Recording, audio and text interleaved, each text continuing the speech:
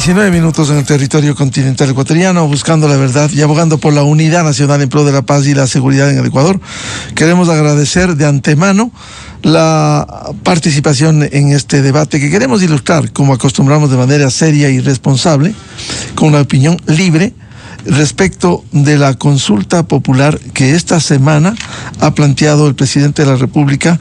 No se conoce todavía en concreto, al menos no conocemos los anexos, pero sí las 7 preguntas que pusiera en debate el presidente de la República.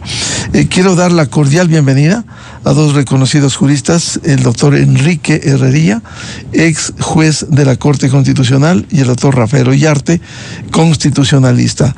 Partir del concepto general, doctor Enrique Herrería, partiendo de un hecho, de la necesidad de introducir reformas constitucionales y legales en medio de una débil institucionalidad, ¿cómo viabilizar las reformas y cuáles deben ser los caminos en cada uno de los casos? Doctor Herrería, muy buen día. Buenos días, Miguel, muy gentil, muy agradecido por tu invitación. Un saludo también al doctor Rafael Ollarte. Es muy difícil hacer un análisis acertado respecto de estas ideas que ha tenido el señor presidente de la República para someterlas a consulta en el momento que el presupuesto lo determine ante la Corte Constitucional, porque no tenemos los anexos, no tenemos estatutos, no tenemos documentación adjunta que nos permita ver con claridad el alcance de esta consulta, porque además se ha anunciado por parte del primer mandatario de que puede ser que introduzca unas adicionales. Pero para un ligero esbozo de lo que yo pienso, me parece que las preguntas, ninguna de ellas apuntan a solucionar los problemas del Estado ecuatoriano, de la sociedad ecuatoriana. Y en eso yo he sido reiterativo en que debió haberse desde el comienzo de este segundo periodo del presidente Noboa llamar a una asamblea constituyente en la intención de que se pueda revisar ese monopolio que tiene el Estado sobre los sectores estratégicos. Se tenía que revisar, por ejemplo, también esta prohibición de arbitraje internacional para las inversiones que vienen de fuera del país. También debería eliminarse la prohibición, que no es solamente del trabajo por horas. La prohibición es para toda forma de precarización, y eso significa constreñir el ámbito de las relaciones laborales que está establecida en el artículo 327 de la Constitución. Pero además también había que incluir la eliminación del Consejo de Participación Ciudadana y Control Social. Había que, por lo menos, si no se quiere desaparecer el Consejo de la Judicatura, limitar sus competencias para que yo no sea el órgano de gobierno, de administración y disciplinario del sistema de justicia ordinaria, si únicamente se quede como un órgano de administración, es decir, que se encargue de la logística del sistema de justicia, de la pago de remuneraciones, etc. Nada de eso ha sido abordado hasta ahora por lo menos lo que sabemos de las intenciones del señor presidente de la República. Por lo tanto, lo otro que se va a preguntar, que se está preguntando, eso no soluciona los graves problemas que tiene el país. Particularmente el problema del país es económico, y es el problema económico, la carencia de plazas de trabajo, lo que tiene como efecto que hay este índice de criminalidad que ha desbordado todas las posibilidades de control de parte del Estado. Entonces, ese es el problema de fondo. Creo que el señor presidente de la República, que es un hombre inteligente, que tiene formación académica, pero que es joven, sin experiencia política, no tiene la indispensable buena asesoría jurídica, y que creo que la asesoría política que la está teniendo no es la más deseable. Esas son las primeras impresiones que le puedo dar, pero solamente como una inquietud.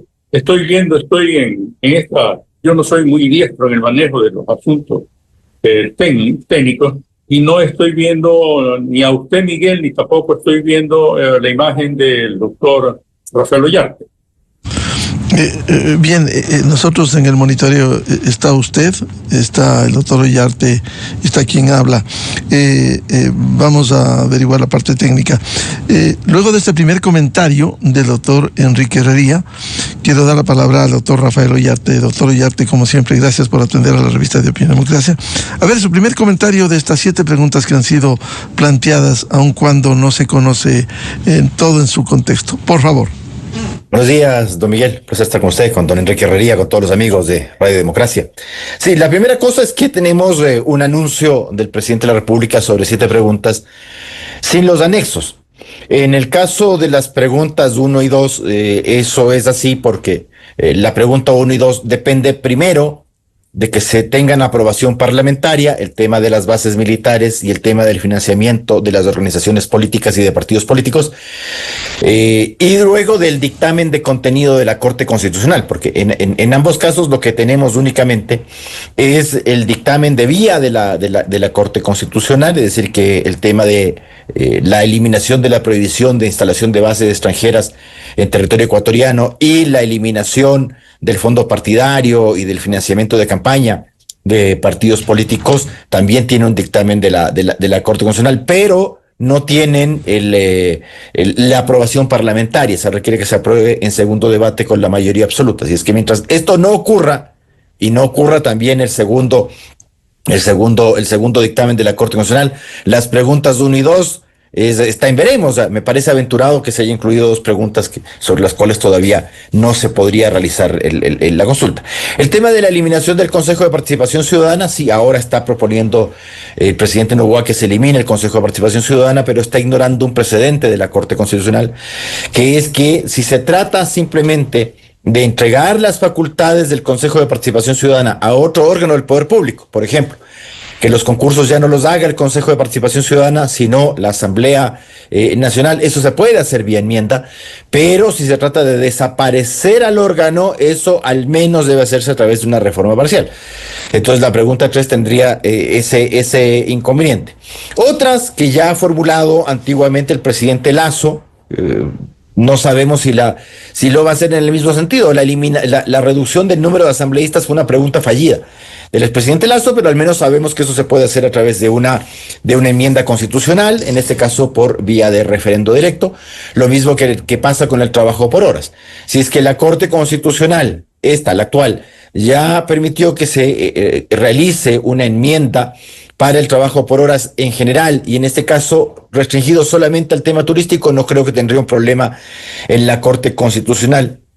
Sobre el tema de los juegos de azar, ya han existido también pronunciamientos de la Corte Constitucional respecto de cómo se hace esta clase de consultas, y tal vez la más polémica es la del juicio político a los miembros de la Corte Constitucional. La pregunta 6. Ya veremos qué hace la Corte con esa pregunta 6, porque, claro, uno diría en principio, te estaría sometiendo a control de constitucionalidad un tema que le atinge a los propios miembros que se van a pronunciar. Es decir, ahí tendríamos un problema siempre de imparcialidad.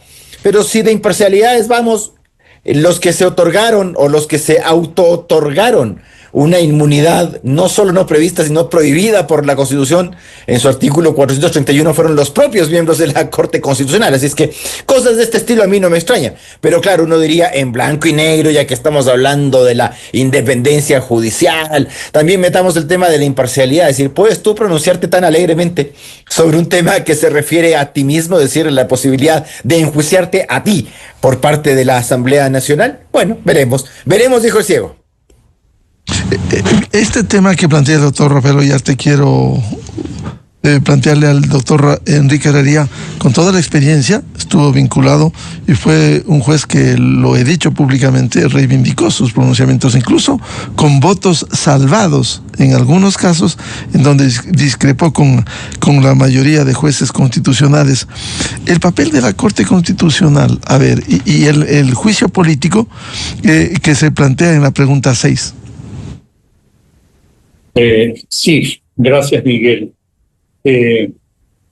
Yo creo, y además el doctor Ollarte, que es no solamente un formidable jurista, sino que es un estudioso de la historia. Además, una de las cosas que caracteriza al doctor Ollarte es de que hace un muy buen recuento de los hechos históricos, no solamente del Ecuador, que se lo conoce de memoria, sino también del mundo. A partir del año de 1919, había terminado la Primera Guerra Mundial, se le encargó en Austria entre otras personas, pero este era el más destacado de los juristas, a Hans Kelsen, que realice un proyecto de ley fundamental que ellos le llaman de la Constitución. Y se plasmó en una Constitución en 1920, la Constitución de Austria, donde están determinados los controles constitucionales. Pero Hans Kelsen sostenía, y creo que con gran acierto, que ese tribunal o corte, como se lo quiera llamar, que tiene el control de constitucionalidad sobre los actos de la función legislativa y ejecutiva, debería ser un extrapoder que incluso sea independiente del sistema de justicia ordinaria. No en todos los países se lo aplica en esa dimensión, porque fíjense usted, en el Ecuador, no solamente que la Corte Constitucional tiene control sobre los actos de la función legislativa y ejecutiva, sino también, incluso directamente a través de la acción extraordinaria de protección, puede echarse abajo las decisiones de la Corte Nacional de Justicia con un agregado.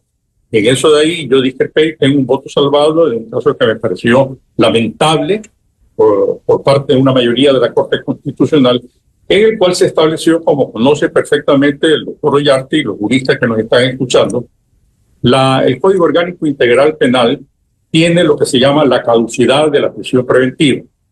Eso significa que en los delitos menores, estamos hablando de hasta 5 años, si alguien está detenido con prisión preventiva y no se dicta la sentencia en un plazo máximo de 6 meses, tiene que salir en libertad.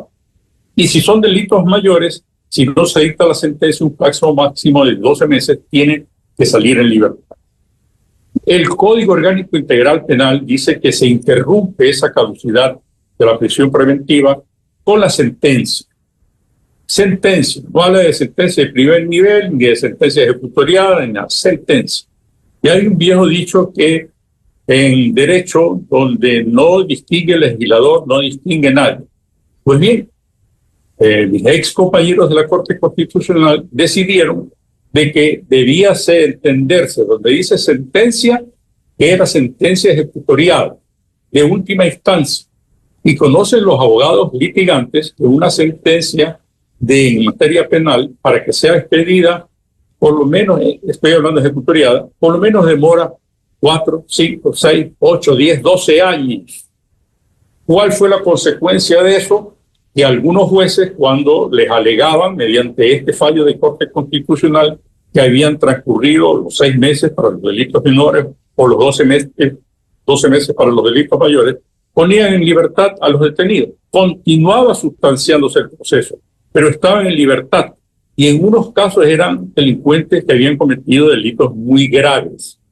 Y esta decisión fue a pesar de que la Corte Nacional de Justicia tenía una resolución interpretativa frente a esta ambigüedad o oscuridad que existía en el Código Orgánico Integral Penal, que decía que se entendía que era sentencia de primer nivel. Que esa sentencia de primer nivel interrumpía la caducidad de la prisión preventiva, pero mis compañeros sostuvieron de que una sentencia de primer nivel no ha desvanecido el estado de inocencia de las personas y que por lo tanto la única forma de destruir ese estado de inocencia era obtener una sentencia de última instancia. En consecuencia, este tipo de decisiones de la Corte Constitucional han no solamente creado malestar. Yo no entiendo todavía cómo la Corte Nacional de Justicia se sometió a ese dictamen. Pero eso de ahí nos hace ver que este control de constitucionalidad que se ejerce sobre las funciones ejecutivas, legislativas y en el caso ecuatoriano, incluso sobre el sistema de justicia ordinaria y en particular sobre el Corte Nacional de Justicia, es conducente a obtener realmente el Estado de Derecho, es a conducirnos al Estado de Derecho. Hay estos errores que se cometen, pero aquello no significa que a pretexto de reparar los errores que cometan determinados jueces, porque no siempre la Corte Constitucional ecuatoriana va a estar conformada con los mismos jueces que ahora. Aspiramos que a futuro haya jueces que tengan sensatez, que sean muy prolijos, que no respondan a agendas de carácter de activismo social. Pero de allí a pasar a tener un control de la función legislativa sobre la Corte Constitucional para que sean llamados a juicio político no me parece adecuado. Mire usted que la propia Constitución no permite que los jueces de la Corte Nacional de Justicia sean sometidos a juicio político. Y tampoco los jueces de la Corte Constitucional no deben serlo.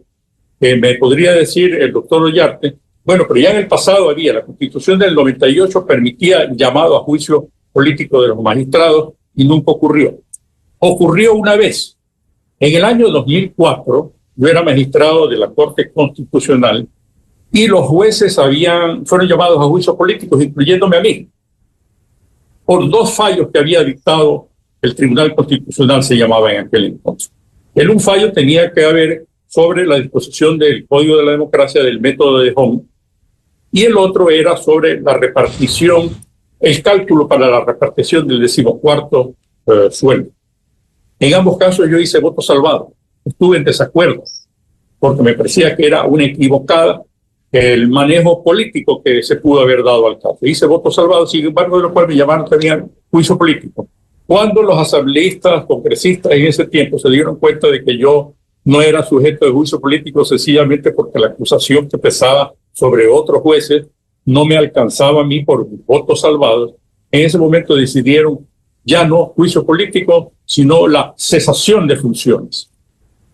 Esto de aquí es un ejemplo de que las mayorías de coyuntura o incluso minorías que pueden estar llamando a juicio político aunque el resultado sea ineficaz, a jueces de la Corte Constitucional molesta y de alguna manera entraba el normal trabajo de una Corte Constitucional.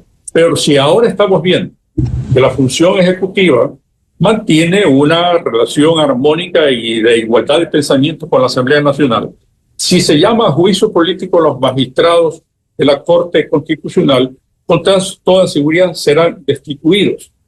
Y eso de ahí es un mal precedente para el futuro. Creo yo, y permítame, el doctor Ollarte estoy seguro que tiene en su biblioteca un libro que es de lectura obligatoria para los constitucionalistas, que es El Federalista. Es un libro que salió, es un intercambio epistolar entre los padres fundadores, los 3 padres fundadores, Hamilton, Madison y Jay, de las 12 colonias norteamericanas cuando se convirtió en nación. Y dice en el capítulo correspondiente al sistema de justicia, dice Hamilton, nada puede contribuir tan eficazmente a la firmeza de la justicia, la firmeza e independencia del sistema de justicia, la estabilidad en el cargo. Por eso que ustedes verán que en los Estados Unidos los jueces de la Corte Suprema tienen carácter vitalicio y solamente se retiran de los cargos cuando ellos mismos deciden retirarse por vejez o, en su defecto, por una infracción penal debidamente comprobada, que no solamente que los retiran del cargo, sino que son procesados penalmente para que respondan por ella. Por todas estas razones, y permítanme, discúlpeme, Miguel y también el doctor Ollarte, la extensión de mi razonamiento, por todas estas razones es que yo creo que no es posible en un país que tiene una clase política, para ser bondadoso, tan poco ilustrada, que es una democracia inmadura, que haya la posibilidad de que se destituyan a los jueces, no solamente de la Corte Constitucional, si tampoco no debiera haber juicio político en contra de los jueces de la Corte Constitucional, porque eso de ahí no abona el clima de certidumbre que debe tener el sistema de justicia. A ver, doctor Rafael Ollarte, su opinión respecto del juicio político con toda la experiencia que usted ha ilustrado. ¿Juicio político a los jueces constitucionales, esto no agravaría con la metida de mano a la justicia? Y en este caso a la constitucional. Yo voy a hacer una precisión respecto de la Constitución actual, porque es cierto que los miembros de la Corte Nacional de Justicia no están sometidos a juicio político, pero hay una razón para ello. Están sometidos al control del Consejo de la Judicatura, y es el Consejo de la Judicatura los que, como hemos visto en el pasado, los puede destituir. Es decir, no es un órgano incontrolado la Corte Nacional de Justicia, y a su vez los miembros del Consejo de la Judicatura sí pueden ser enjuiciados políticamente por la Asamblea Nacional, así es que no hay una exención de control político a la función judicial. Primera aclaración. Segunda aclaración. Al igual que la Corte Constitucional, otro tribunal que no tiene control por parte del Consejo de la Judicatura es el Tribunal Contencioso Electoral. Como ese Tribunal Contencioso Electoral no tiene un órgano de control administrativo, sí tiene juicio político por parte de la Asamblea Nacional. Así es que eso de que no hay en la Constitución ecuatoriana actual juicio político contra magistrados es un error, sí lo hay, ¿ya? Y no es que se les esté enjuiciando todos los días. Otra precisión más: cuando existía el juicio político a los miembros del Tribunal de Garantías Constitucionales desde la Constitución del año 78-79, y que incluía a los miembros también de la Corte Suprema de Justicia, tenemos que recordar esa Constitución, pues, elaborada en el año 78-79 por la Comisión Constituyente presidida por Osvaldo Hurtado, pues, ¿ya? Y luego, en las sucesivas codificaciones constitucionales, cuando se crea el Tribunal Constitucional en la reforma constitucional del año 1996, se les traspasó a ellos también el control político a los miembros del Tribunal Constitucional, lo cual fue confirmado por la Asamblea Constituyente de Montecristi, de Sangolquí, en la Constitución del año 1998. La pregunta es: ¿cuántos juicios políticos hubo en realidad contra miembros del Tribunal Constitucional? Aparte de ninguno. ¿Y cuántos juicios políticos hubo en contra de miembros del Tribunal de Garantías Constitucionales? Aparte de ninguno. Porque amenazas de juicio político siempre hubo, por si acaso, a miembros del Tribunal de Garantías o a miembros del Tribunal Constitucional, no solamente el 2004. Sí hubo probablemente amenazas de juicios políticos, pero una cosa es que te diga te voy a enjuiciar políticamente, o que algún diputado con la mente calenturienta piense que puede enjuiciar a los miembros de un tribunal por una sentencia, existiendo además precedentes de la Corte Interamericana de Derechos Humanos, que debo aclarar una cosa, porque aquí se está diciendo alegremente que la Corte Interamericana de Derechos Humanos ha dicho que no cabe el juicio político contra magistrados. Eso no es verdad. Lo que ha dicho la Corte Interamericana de Derechos Humanos es que no cabe juicio político para acusar a los miembros de un alto tribunal sobre el contenido de un fallo, porque eso sí implica violar la independencia jurisdiccional. Es decir, nadie puede estar desde el poder político o desde órganos ajenos a la función judicial, órganos jurisdiccionales, a analizar los fallos de los jueces. Para eso hay los recursos y otras cuestiones. Pero bueno, además, téngase presente que, y en ese caso, don Enrique Herrería fue parte como víctima, en el caso Tribunal versus Ecuador, Camba Campos versus Ecuador, sentencia del año 2013. ¿Por qué Ecuador es condenado en el caso de la cesación del Tribunal Constitucional y de la Corte Suprema allá en 2004? Porque no se les hizo juicio político, porque no se les permitió el derecho a la defensa. Esa fue la razón por la cual Ecuador fue condenado. Es decir, nunca ha dicho la Corte Interamericana que no hay juicio político contra magistrados. Por favor, no estemos diciendo cosas que no son.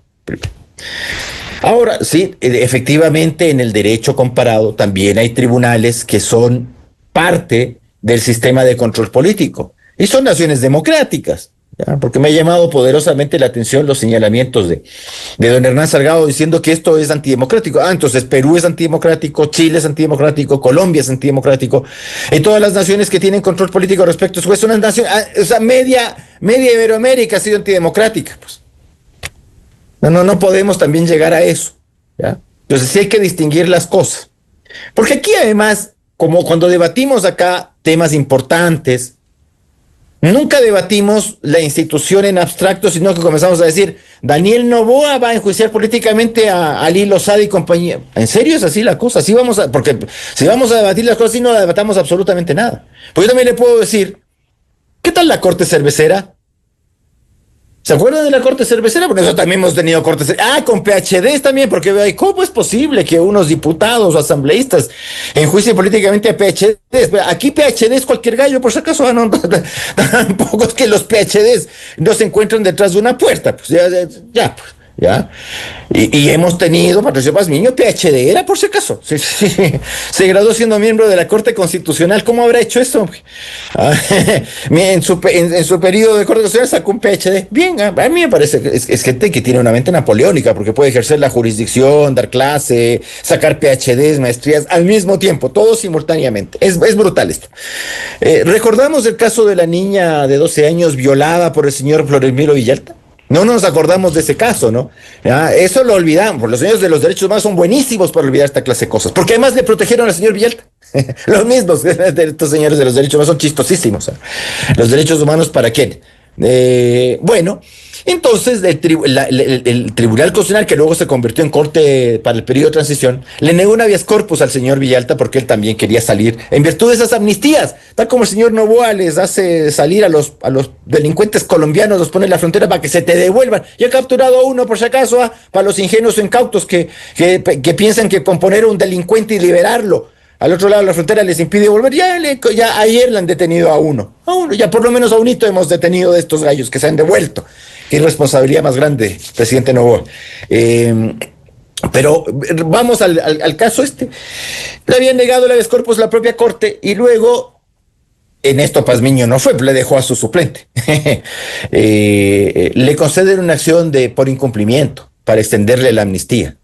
En ese caso, el fiscal Washington Pesantes, que no era muy querido por la prensa, formuló cargos en contra de los miembros de la Corte Constitucional por prevaricar. Claro, uno dice, la Constitución dice que no tienen juicio político, pero están sometidos a todos los controles, 431 inciso primero de la Constitución. Pero el señor Pazmiño y compañía se habían conseguido de la Asamblea Nacional el artículo 186, número 2 de la Ley de Garantías, en las cuales dicen, sí, respondemos con todo, pero menos respecto de nuestros fallos, y nosotros no prevaricamos. Luego sacaron un fallo, el 141-18.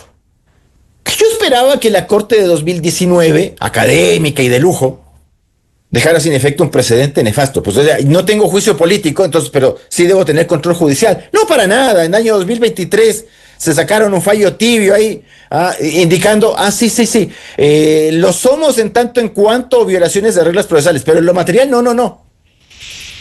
Toda esta cosa de tener órganos que no le responden a nadie, porque, vea, aquí sí vamos a comenzar a decir, es que yo no estoy de acuerdo al juicio político respecto de Joel Escudero, de Jorge Benavides o de Claudia Salgado, no llegamos a ninguna parte, porque entonces yo te pongo la segunda parte, el juicio político a María del Carmen Maldonado, a Patricio Pazmiño, a los miembros de la cervecerita, Brunis, Betancourt, y que hacían esas graciecitas.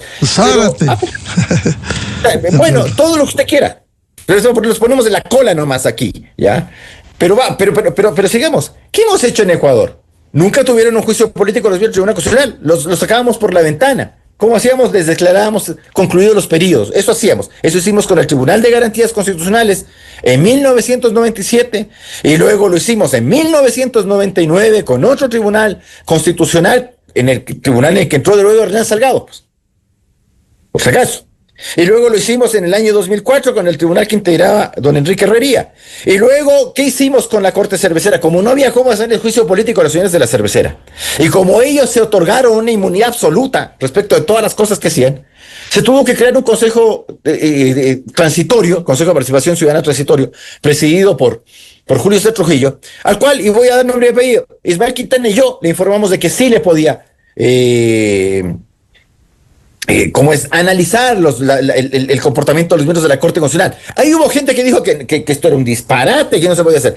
Cuando el Consejo Transitorio declara cesados en sus periodos a los miembros de la Corte Constitucional cervecera, la misma gente que criticaba lo que habíamos dicho, se pusieron en la cola para ser miembros de la Corte Constitucional. De hecho, ahí ingresa Hernán Salgado. 2 veces Hernán Salgado ha ingresado al Tribunal Constitucional en el año 1999 y a la Corte Constitucional en el año 2019 por cesaciones de los tribunales anteriores. Qué antidemocrático, ¿qué es eso? Es antidemocrático sacarlos, pero ponerse no. Bien, vuelvo con el doctor Enrique Herrería. Antes de pasar a los temas que debiera abordarse en la consulta, empezó diciéndonos preguntas que debieran aportar a resolver los acuciantes problemas del país.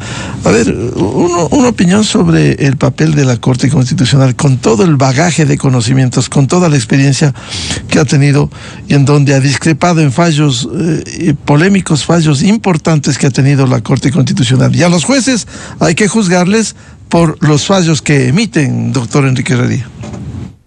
Sí, absolutamente de acuerdo. El doctor Villalta tiene una memoria privilegiada y me ha hecho que recuerde algunas cosas. Entre las cosas que dice el doctor Villalta hay una que es importante.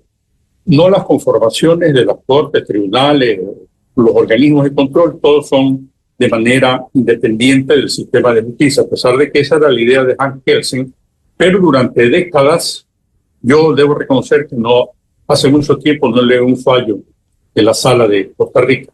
pero en Costa Rica, a menos que me rectifique el doctor Ollarte, hay la Sala de lo Constitucional de la Corte Suprema de Costa Rica. Y era una de las salas de Corte Constitucional, de control constitucional de mayor prestigio de América. Sus fallos eran materia de estudio por parte de los abogados y de quienes nos interesábamos en el derecho constitucional. Por lo tanto, no el hecho de que haya una sala de lo constitucional o que el tribunal, la corte, se transforme en una sala significa que eso es una aberración jurídica o en su defecto que se le está quitando mérito. Por el contrario, quien le quitó méritos al sistema de justicia fue en el gobierno del señor Rafael Correa, donde pasó de llamarse Corte Suprema, la Corte ahora Nacional, a Corte Nacional, con el propósito de disminuir el valor institucional que tenía la última instancia de justicia ordinaria para ceder una serie de competencias a la Corte Constitucional, donde él dejó un entramado perverso que le permitía tener control del poder en el sistema de justicia. La segunda consideración, que veo que coincide lo que dice el doctor Ollarte, me estaba recordando ayer una intervención que hizo Diego García Sayán. Diego García Sayán, para los que nos escuchan, fue presidente de la Corte Interamericana de Derechos Humanos y es un jurista de prestigio internacional. Él se refería en una entrevista de hace un año que le hizo en Ecuavisa Lenín Artieda, en la cual decía que no es sinónimo de buen resultado llevar a las Cortes de Justicia a catedráticos porque confunden la discusión del claustro universitario con su obligación de fallar apegado a derecho, apegado a la norma. Entonces viene este proceso de discrecionalidad, que no es discrecionalidad, sino que es activismo puro y duro, en el cual resuelven de acuerdo a su ideología, a su manera de ver las cosas, y es también a compromiso que tienen con determinados grupos que hacen activismo social. Y la otra cosa que me hace relación a lo que dice Diego García Sayán, es que para que ustedes sepan, Miguel, estoy seguro que lo conoce también el doctor Ollarte, muchos de los juristas ecuatorianos, los abogados ecuatorianos que tienen PhD, los han conseguido, ¿sabe a dónde? En la Universidad de La Habana, en Cuba. Yo todavía no entiendo cómo un régimen totalitario, con un anacrónico sistema de vida como es Cuba, donde hay una dictadura perpetua y perfecta que ha sumido en una tragedia indecible al pueblo cubano, vayan abogados a estudiar derecho y a sacar PhD en Derecho Constitucional en La Habana. Entonces, eso se compadece con lo que está diciendo el doctor Ollarte, con lo que dijo este ilustre magistrado, expresidente del Tribunal de la Corte Interamericana de Derechos Humanos, Diego García Sayán. Todo eso hay que considerar en el momento de escoger, de designar magistrados. No por el hecho de tener una colección de PhD se tiene las condiciones para ser magistrado. Se puede ser inteligente, puede tener la colección de PhD, pero no se impone sobre él una visión sensata en el momento de resolver las causas. Tenemos lamentables circunstancias. Y voy a referirme, ya que usted lo ha dicho, Miguel, en mis votos salvados, le voy a mencionar un voto salvado. Al final, no voto salvado, perdóneme, yo tenía planificado un voto salvado. No lo hice nunca y lo voy a contar por qué. Los últimos días de la Corte Cervecera, que en ese tiempo estaba por el fallecido doctor Alfredo Ruiz, emitieron una sentencia en la cual decían que ningún juez de la Corte Nacional puede ser sujeto de una acción por prevaricato. Usted se imagina si la Constitución establece en su artículo, creo que el 233, que no hay ciudadano, que no hay servidor público exento de responsabilidad por sus actos u omisiones. Y eso de ahí es un tránsito que ha venido desde la Revolución Francesa. En la Revolución Francesa se sostenía que los representantes de la Convención no podían delegar a otras personas la administración del Estado. Entonces ahí se dice, bueno, así como les estamos delegando a ellos y es un riesgo, les estamos imponiendo el principio de la responsabilidad. Y eso ha sido recogido en las constituciones de todo el mundo y está en la Constitución ecuatoriana del principio de responsabilidad. Por lo tanto, si yo por alto magistrado que sea, cometo el delito de prevaricato, tengo que ser sancionado. Bien, esa sentencia de la Corte Cervecera estuvo vigente hasta hace pocos años, en los cuales yo no pude presentar mi voto salvado porque se expidió esa sentencia que la habíamos discutido en el Pleno en múltiples ocasiones, y yo sostenía que nosotros también, yo estaba ahí en la Corte Constitucional, que yo también, igual que los otros 8 magistrados, deberíamos ser susceptibles de ser enjuiciados si cometíamos el delito de prevaricato. Se esperó que yo salga de vacaciones para sacar la sentencia en la cual se dijo, supuestamente haciendo una revisión de ese fallo, que sí podían ser materia de enjuiciamiento por prevaricato los jueces de primero y de segundo nivel, cuando conocían garantías jurisdiccionales, pero no de la Corte Constitucional. Ese sesgo, ese discrimen en favor de la Corte Constitucional, realmente abomina al derecho. Y la otra cosa que también hay que decirlo es esto de los activistas. Usted recordará, Miguel, quién era la asambleísta de la Corte Nacional que promovió durante el Congreso del 2009 al 2013 la absolución de un violador consuetudinario como Floresmilo Villalta, que había violado por años una niña desde que cumplió los 11 años de edad. Fue la doctora María Paula Romo. Ese es el activismo que a veces nos olvidamos quiénes son los que han creado estas condiciones que han afectado derechos fundamentales, y de repente salen a protestar por algunas cosas que no amerita razón. Claro, el doble discurso. El doble discurso y la doble moral. Para concluir, doctor Enrique Herrería y luego doctor Romero Yate, usted decía, estas preguntas no aportan a resolver los problemas. ¿Cuáles debiera incluirse? Usted mencionaba incluso el económico, puntualmente. Bien, yo creo que es imprescindible que se incluya una pregunta respecto a la posibilidad de extirpar el monopolio que tiene la Constitución para el control de los sectores estratégicos. No digo, fíjense bien, no digo que el Estado no deba tener supervisión sobre las actividades de los sectores estratégicos. Estoy hablando de hidrocarburos, minería, vialidad, agua, etc. Lo que tiene que estar ese control o esa supervisión es en cuerpos infraconstitucionales que pueden ir cambiando por la legislación ordinaria a medida que se producen cambiantes situaciones sociales. La otra consideración: tiene que extirparse de la Constitución la prohibición del arbitraje, porque eso ahuyenta la inversión extranjera privada.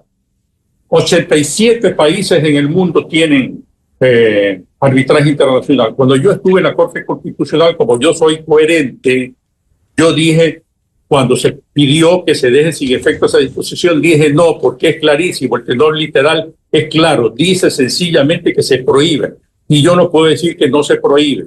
Pero yo en el fondo, y lo puse en mi voto correspondiente, que no era sensato mantener esa prohibición. Y la otra, que es la que me preocupa, el 327 de la Constitución dice se prohíbe toda forma de precarización laboral. Y ahí desarrolla el contrato por horas, etc. Pues bien, puede ocurrírselas a los señores magistrados de la Corte Constitucional, alejándose precedentes anteriores de un dictamen anterior. Es decir, la precarización significa etimológicamente que es lo momentáneo. Y por lo tanto el trabajo por horas, al ser momentáneo, al no ser de largo plazo, no crea el clima de certidumbre necesario en el vínculo contractual laboral, y por lo tanto tiene que ser materia de una asamblea constituyente. Pero todas esas cosas y otras más, por ejemplo, yo creo que hay que desaparecer el Consejo de Participación Ciudadana, que es el órgano ejecutor de este llamado quinto poder. Hay que desaparecer, a mi juicio, el Consejo de la Judicatura. Pues todas estas cosas tienen que ser materia de una asamblea constituyente, pero creo, lamentablemente, que el señor presidente de la República ha perdido valiosos meses en tener esta aspiración. No sé si se cumple este deseo que tenemos muchos ecuatorianos, y va a llegar el momento en que pasa eso para el dictamen, y eso de ahí se equivocan algunos que están comentando, incluso abogados, que creen que solamente el referéndum que solicita el presidente de la República puede pasar por la Corte Constitucional, pero la propia decisión que tome sobre reforma parcial, la Asamblea Nacional tiene que tener un dictamen previo de la Corte Constitucional, y la Corte, conocemos que se demora sus tiempos en emitir los dictámenes. y después viene, si es reforma parcial únicamente, vienen los 90 días entre uno y otro debate, 45 más para que se envíe para el referéndum. Estamos hablando que en el mejor de los casos, si hubiera esta consulta, estaría para el primer trimestre del próximo año y no para noviembre o para el mes de diciembre, o a lo mejor más todavía. Para concluir, doctor Ravelo Llarte, ¿qué puntos, si hay observaciones a estas 7 preguntas que no se conocen los anexos, que debiera incluirse como temas de fondo necesarios en el país? A ver, hay cosas que uno desearía que se incluyan, pero hay cosas que no se pueden hacer por reforma, ni por asambleas, ni por nada. Una cosa es el prestigio de las Cortes. El doctor Herrería recordaba la Sala Cuarta Constitucional de la Corte Suprema de Costa Rica. Esa que era una famosísima sala constitucional. En Costa Rica le decían la cuartaza, a la sala cuarta, porque controlaba las demás salas, pues, a través del recurso de amparo. Y esa sala comenzó a caer en desgracia porque fue la que inauguró la reelección vía jurisdiccional. Estaba prohibida la reelección en Costa Rica y en el año 2000 emitieron el fallo de reelección a favor de Oscar Arias. Por eso le llamaban a esto la reelección, la reelección a lo Arias, que luego comenzaron a hacer todos. El señor Chávez, el señor Morales, y que ahora terminamos viéndolo con el señor Bukele. Vea, a veces la gente quiere que le pongamos requisitos y que PhDs y cosas. Se sabe que el fiscal jefe en el proceso de Nuremberg, Robert Jackson, que era juez de la Corte Suprema de los Estados Unidos. Verá que le estoy hablando de juez de la Corte Suprema de los Estados Unidos, no juez de la Corte Suprema de Nicaragua, o sea, ni de Burkina Faso, ni de ninguna. Se sabe que ese señor nunca se graduó de abogado. No tenía título de abogado, había estudiado 1 año de Derecho. Y así llegó a ser juez, y así llegó a la Corte Suprema, y así llegó a ser el fiscal jefe. En los famosos procesos de Nuremberg, donde ahí también se veía la diferencia entre lo que es ser un juez y lo que es ser un abogado, señores. Aparte del discurso inicial, se equivocó a la hora de los interrogatorios, porque una cosa es que seas juez, que seas catedrático, y otra cosa es que te pongas en un tribunal a litigar. Pero no vamos a desconocer quién era Robert Jackson. Yo diría que hay que desaparecer este tema de concursos, porque mucho se habla del Consejo de Participación. Sí, pero lo pernicioso es el sistema de concursos. Caros, largos, ineficientes, ineficaces, que disuaden a la gente. Difícilmente, por ejemplo, el doctor Arias haría otra vez un concurso. Él es de los que se atrevió. Hernán Salgado también fue de los que se atrevió. Pero hay un montón de gente que no quiere saber nada. Dígamelo a mí, yo he estado en 2 procesos de designación de Corte Constitucional y la gente no quiere meterse en eso. ¿Ya? Hay que tener... Primero, yo no sé si mucho valor ¿qué es más? Hay que tener mucha valentía y poco amor propio, o las dos cosas así medio, porque es muy arriesgado. No, ahí se te lanza un montón de gente que le van mal en la vida profesional, que son burócratas, que están en las universidades ahí dando clase, y que luego llegan a estos cargos y luego vuelven a la misma aula de clase. Es decir, antes decía tonterías en el aula, ahora las digo en las sentencias, fregándome media humanidad y luego vuelvo a la clase. Y nunca destacas en nada. Pero bueno, el tema yo le diría, hay que ir al sistema en las garantías constitucionales, acciones de protección, a volver al sistema de estricta doble instancia. No es posible esta cosa de que una acción de protección vaya a una segunda instancia, una corte provincial que resuelve la que se le canta. Y además utilizando fallos de la Corte Constitucional, ahora están rechazando a rajatabla cualquier impugnación que se hace respecto de funcionarios públicos, utilizando una sentencia de la Corte Constitucional, de estas que uno dice, pero ¿por qué hacen esta estupidez en las Cortes Constitucionales? Tú dices una cosita de que no se debe llevar los temas laborales a la justicia social, salvo que, pero el salvo que no lo leen la primera parte y rechazan. Por eso es que ahora se puede sacar a los funcionarios públicos por la ventana, pues hasta que el contencioso te diga luego de 13 años que estás mal sacado. Bueno, nadie responde acá. Primera instancia juez, segunda instancia Corte Constitucional. No es posible que te hablan 4 procesos. Que de la acción de protección tú saques una extraordinaria de protección. Un proceso de selección y revisión. A ver si solo selección y también revisión.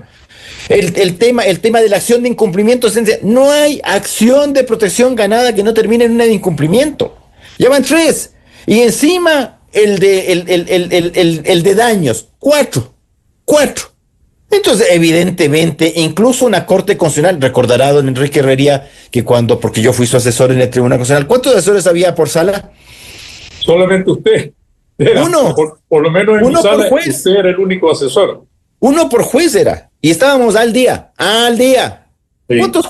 ¿Cuánta gente está ahora en los despachos de los jueces constitucionales? Sí, hay un buen número. No, hay uno que tiene 16. No. Y encima estás atrasado. Encima tus fallos se demoran 4, 5, 6 años. No. Estamos en el punto del descaro ya, pues, de hablar de la independencia judicial. No podemos ser sometidos a juicio político. Pero puedo dejar los casos ahí. Les recuerdo que una de las causales de juicio político expresamente establecidas en la ley del control constitucional del 97 era retardar el despacho de las causas. Mira tú. Entonces pongamos esa, pues. ¿Ya? No lloremos tanto. ¿Ya? Una cosa es un tribunal al día y otra cosa es un tribunal que tiene todo represado, otorgando cautelares como se le ocurre cuando quiere y cuando no quiere. Entonces, vea, presidente Noboa, dejémonos de tontear con estos maquillajes. Esto es un maquillaje que no sirve de nada, en una de estas va y pierde.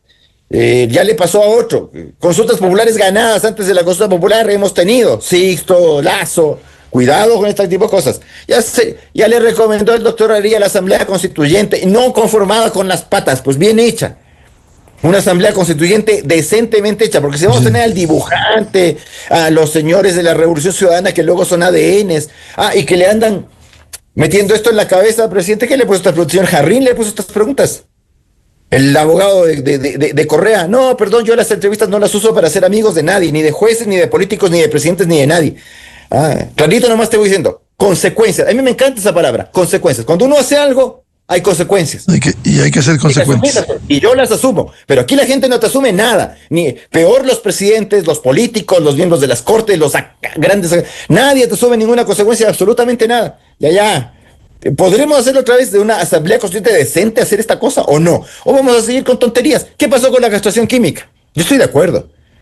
Pero ojalá no sea un relumbrón presidencial, pues, como el tema de la sacada de los extranjeros delincuentes que no cumplen la condena acá, los pones en libertad en Colombia y se te devuelven. Aplausos, presidente, aplausos. Para hacerse responsable de eso también. Esa podríamos poner en una próxima constitución. La responsabilidad en serio, no esta a medias que tenemos, donde todo el mundo es inmune aquí, menos yo. Bien.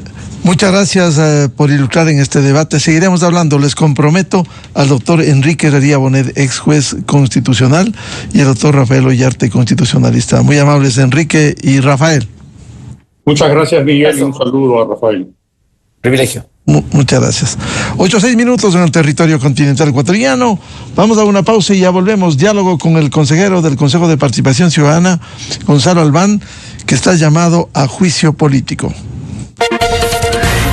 Desde 1984 con Gonzalo Rosero. La revista de opinión Democracia. Siempre líderes, siempre confiables. Enseguida regresa Miguel Rivadeneira a la búsqueda de la verdad. Esto es Exa Informa por Exa FM. El presidente Daniel Noboa decretó un nuevo estado de excepción en Guayas, El Oro, Los Ríos y Manabí, con el objetivo de devolver la seguridad a los ciudadanos. La medida, que durará 60 días, permitirá acciones firmes del bloque de seguridad para enfrentar a grupos armados organizados. Con inspecciones y control de comunicaciones, el gobierno